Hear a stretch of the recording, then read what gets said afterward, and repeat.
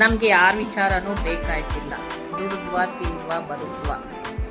ಆದರೆ ಕೋತಿ ಮೊಸರು ತಿಂದು ಮೇಕೆ ಮೂತಿಗೆ ಬಳಿತು ಅಂತ ನಮ್ಮ ಬಗ್ಗೆ ಇಲ್ಲ ಸಲ್ಲದನ್ನ ನೀವು ಮಾತಾಡ್ತೀರಾ ಅಂದಮೇಲೆ ನೀವು ಹೆಂಗೆ ಬದುಕ್ತಿದ್ದೀರಾ, ಹೆಂಗೆ ಬಾಳ್ತಿದ್ದೀರಾ, ಯಾವ ರೀತಿ ಬೆಳೀತಾ ಇದ್ದೀರಾ, ಯಾವ ರೀತಿ ಕಿತ್ಕೊಂಡು ತಿಂತಿದ್ದೀರಾ ಅನ್ನೋದನ್ನ ನಾವು ಹೊಗಳ್ಬೇಕಲ್ವಾ?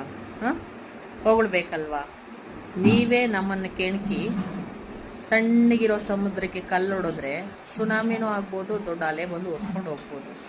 ಮೌನವಾಗಿದ್ದೀವಿ ಅಂತಂದರೆ ನಮ್ಮ ಹತ್ರ ಹಣ ಇಲ್ಲ ಅಂದರೆ ಗುಣನೂ ಇದೆ, ಒಳ್ಳೆತನನೂ ಇದೆ, ಸತ್ಯನೂ ಇದೆ.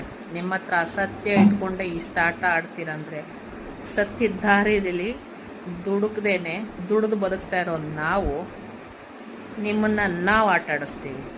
ತಿರುಗಿ ನಿಂತರೆ ನಿಮ್ದು ಎಷ್ಟೈತೆ ಅಷ್ಟು ನೋಡಿಕೊಂಡ್ರೆ ಒಳ್ಳೆಯದು. ಏನಂತೀರಾ?